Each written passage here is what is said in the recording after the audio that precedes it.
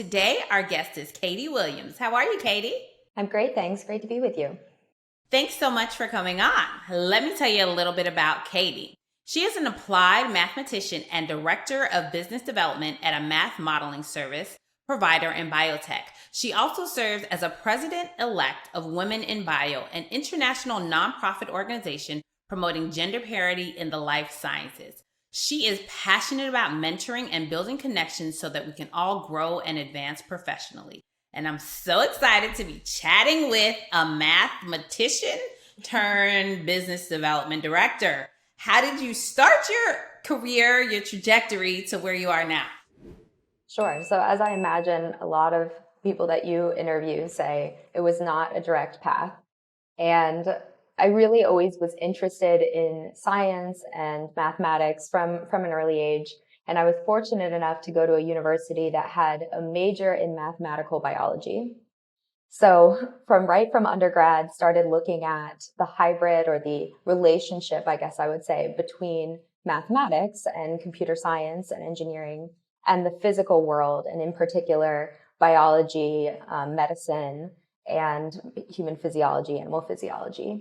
So I finished undergrad, did a Ph.D. in applied mathematics with a minor in biomedical engineering and a certificate in statistics. So all of the just numbers and data and biology, and then discovered this fascinating field of drug development, discovery and development. And really, in the last 20 years or so, as we've gathered more and more data, as our assays have become better and our understanding of the biology of drugs has become better and our computational power has become better, it's created this environment where mathematical modeling can help us understand our data and make better predictions for doses in patients, for optimal drug properties and optimal regimens or experiments to help get these life-saving drugs to people faster. So early on in my professional career, I was just that, a mathematical modeler, where I built systems pharmacology type models to help answer tough questions in drug discovery and development. And it was once I spent a couple of years in that role, first at Takeda and then later at my company, Applied BioMath, I realized what I really loved was talking to people and understanding where their challenges were and then helping connect them to the solutions. So I will always love actually building mathematical models and writing computer scripts and solving equations. But now I spend most of my time in discussions with people who are doing the most fascinating and innovative drug discovery and development and helping figure out how mathematical modeling can help them help patients.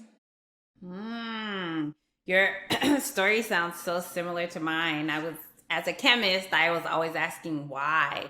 What is this for? Why are we doing this? And I realized that what I need more human interaction. I wanted to learn what the end result of all the work that we were doing in the lab was. And it sounds like you had that realization too. And so you decided, hey, let me make this leap into on the business development side. So tell me about that transition, because I know that it's like a different side of your brain, right? Usually doing the actual work and selling it or connecting those solutions. So how was that transition for you? Well, I certainly kind of, as you said, had to learn how to pick my head up from the details of looking at data sets and how different pathways work and looking at biomarkers and all of that detailed information to what is it that we're providing? What are the overarching challenges? And where overarchingly does mathematical modeling provide a valuable solution? And one of the things I did was really go back to the market and, what are the main types of drugs in terms of therapeutic modalities that are being developed? What are the big areas of research in different kinds of disease areas? And then in those particular groups, where is mathematical modeling valuable? And more particularly, where does applied biomath add the most value to potential clients? And so it was a mindset of shift in instead of what the details are, where are the overarching challenges that then could be applicable to a variety of particular customers? And how do I talk about that with potential clients who are the chief scientific officers or other leaders and technical experts at their organizations? Hmm. So, talk to us more about your specific role at Applied BioMath and how you've been able to marry your PhD, oh my goodness, in applied mathematics, to this world where you're really doing this great work as the director of business development. Sure. So, loosely speaking, my role is to help, turn potential business into actual business and close sales deals. But because we're such a small company, there's many different actual actions that role entails. So I go to lots of conferences, well, certainly did before the pandemic and hope to after the pandemic is over. But it really, a lot of my role is educating people about how mathematical modeling could supplement the experiments they're already doing, how it can accelerate timelines by helping prioritize either candidates or studies, and helping them determine who the right patients are, for instance, to get a particular treatment. So a lot of my role is thinking about and communicating how our particular work really is able to supplement the experiments and the studies that are already going on. And then, of course, statements of work and, negotiating all of the legal documentation and all of the actual activities around a particular opportunity as well. But I think a lot of the exciting parts are really figuring out how to connect the people who have a need with what our solution is and to really figure out whether it's the best solution for them at that point in time. Ah, so it seems like your goal is to get people to stop spending so much time experimenting and iterating and really say, hey, why don't we look at this data? You guys like data, right? So let's look at the data in a different way. And I can see how that really helps, companies. And if we think about money and time and the time it is to get drugs approved to market, so if you can cut your time down by 20%, 30%, like 50%, depending on what they're doing, you guys definitely have a big place in the marketplace. So has it been a challenge for you making people think about this problem that they're solving a little bit differently? I think traditionally, when there was a question, you ran another study, as you say. And traditionally, especially in early clinical studies, maybe phase one, you want to start at a dose low enough that you're not risking patients' or volunteers' well-being. But you also, especially if you're developing a therapeutic for oncology, you want to start at a dose that's high enough that if your phase one individuals are patients, there's a chance they'll benefit. And so one way to think about it is through our mathematical modeling, we help clients find a better starting dose. Now, it could be lower than what they were predicting, but often it's higher, but still predicted to be safe. And so if you save a couple of dose levels off your clinical trial, that can save 6 months. And that's 6 months of patent half-life. That's 6 months worth of individuals who are getting a dose that's more appropriate for them. And then that's 6 months closer to approval. Wow. And then, for me, in my layman's way, I'm like, and that's 6 more months that you're saving lives with this drug, right? That's how Especially we if you're like talking to about think something about in it. oncology. Mm-hmm. And so you're not only this amazing mathematician and business development director, you also have an organization that you work with, Women in Bio. So tell me about that. Absolutely. So Women in Bio is an organization that currently has chapters in Canada and the United States. We have 15 chapters all over, and the goal is to promote gender parity in the workplace.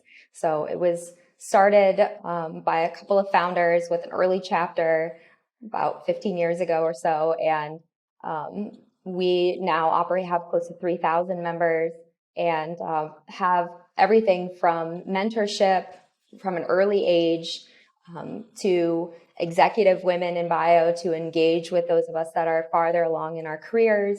And we have events in all of our local chapters, as well as webinars hosted by the national organization. We also have a session at Bio every year. And really everything is focused around supporting women in the life sciences and really broadly in STEM.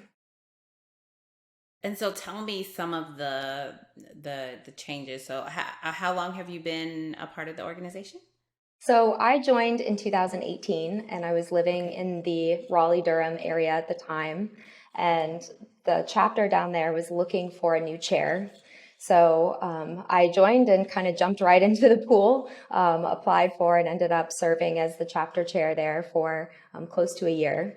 And at the time, we were looking to grow the chapter. So I also hadn't gotten into business development yet. And I really think this experience, well, it was wonderful for me personally, but also contributed to my interest in business development and sales. Because really, we had all these volunteers who wanted to further the mission, and we needed somebody to just pull it all together. So we started looking at metrics. How do you measure success in this chapter? What are the data that we get from the national organization? So we got the number of members every month and information about registration at different events. So we could start tracking, is our membership increasing? We did this big effort in February. Did we see membership increase more than we would have expected in March and April? We planned this big event that was really expensive. Did we end up selling out? Or how much of the maximum number of registrants were we able to attain? And that information helped us with sponsorship, attracting local companies, saying, this is who we're serving. This is what our population looks like. These are the kinds of events that we do. And this is how we're engaged with young women, middle schools and high schoolers. This is how we're engaged with university level women. This is how we're engaged with women who are coming back to the workforce, maybe after some time off. This is how we're engaging with those who are late stage in their career and they're looking for, to be able to give back. And those who are maybe changing careers from one area to another. So it was really exciting to be able to serve the chapter in that way and plan new events and revamp the way we think about membership. How do you keep people engaged? So I went from there to serving on the national committee as the vice chair of MAPS, which is mentors, advisors, peers, and sponsorship.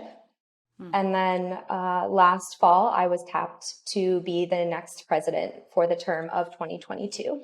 So right now I'm serving as president-elect and really act as a liaison between the chapter leaders and the national organization.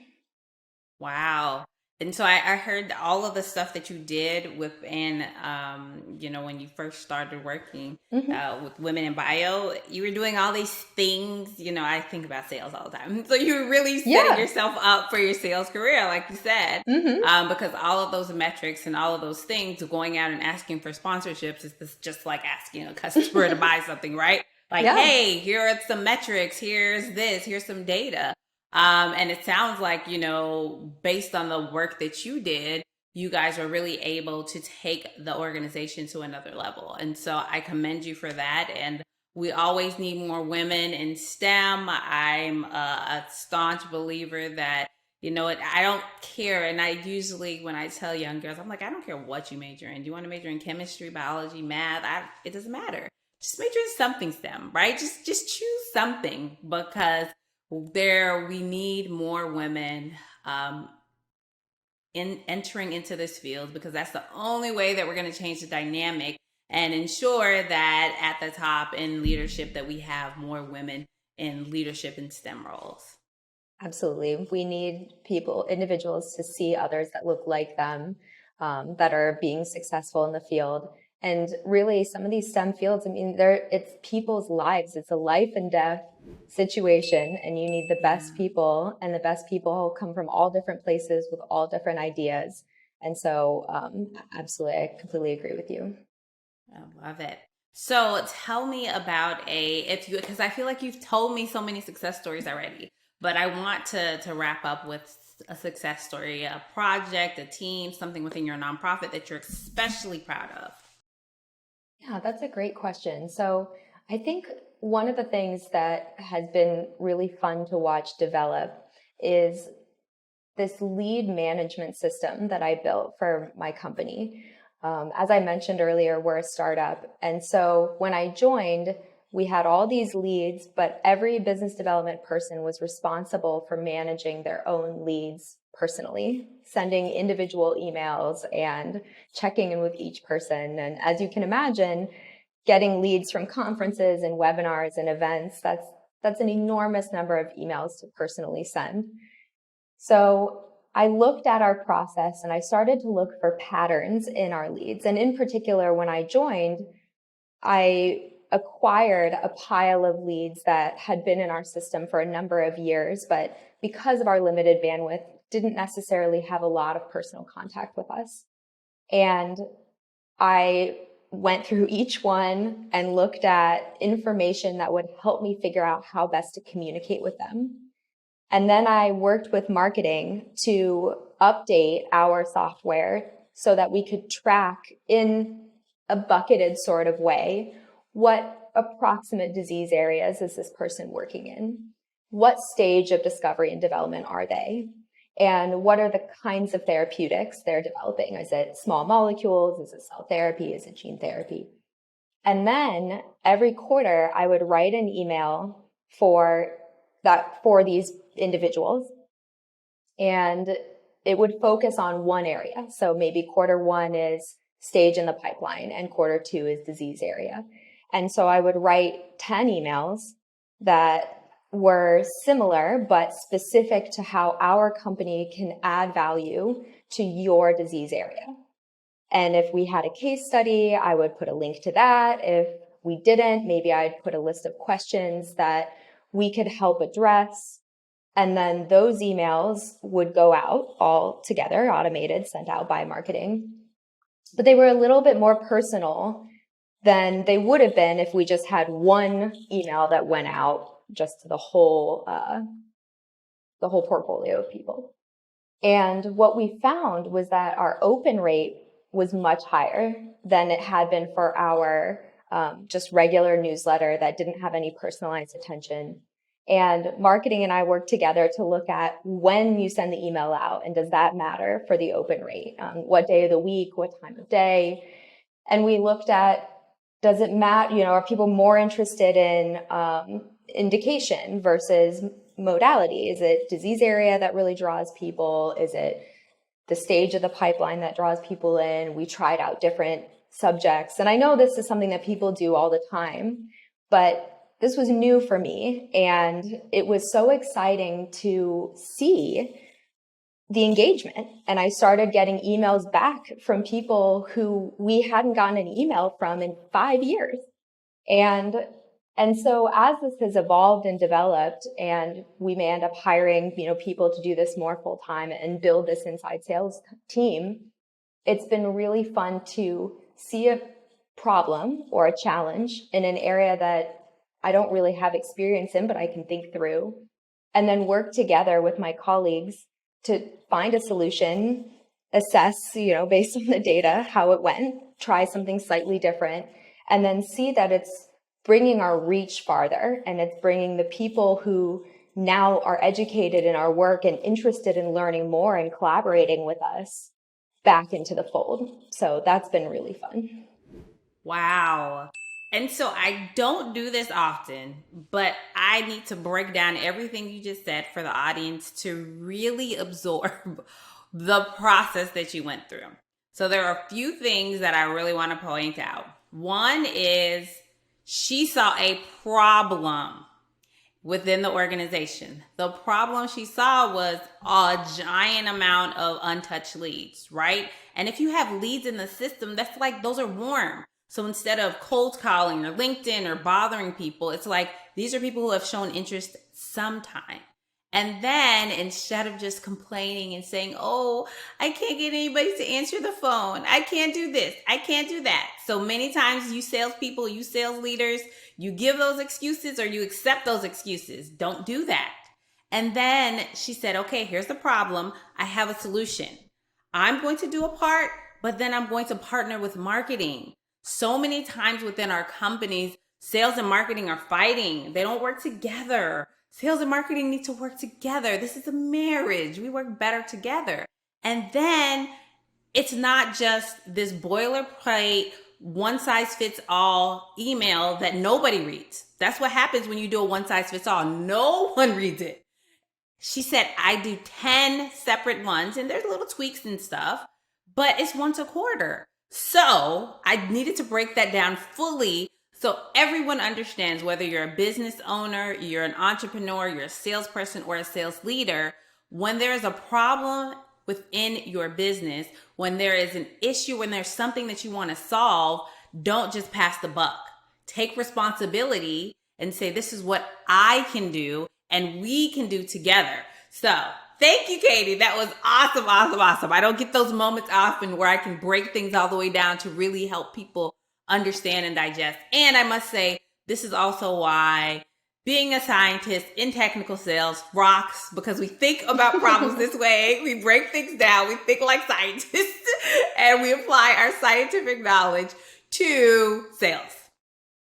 Thank you. That's awesome. So how can people get in contact with you, Katie? What's the best way? I would say LinkedIn is the best. Feel free to reach out for a connection or send me a message. I'm on LinkedIn all the time. I guess it's a combination of loving to meet people and women in bio and my work. So would love to connect with anyone on LinkedIn. Awesome. Awesome. So guys, make sure you reach out to Katie. She says she's an open book. If you do reach out to her, actually add a custom note and say, I heard you on Snack Size Sales Podcast. So she knows that, yeah, okay, this is what this person, this is what our conversation may be about. Thank you so much, Katie. That was amazing. I appreciate you taking time to chat with the audience today. Thanks for hosting me. I really enjoy your podcast. And so I look forward to hearing more episodes in the future.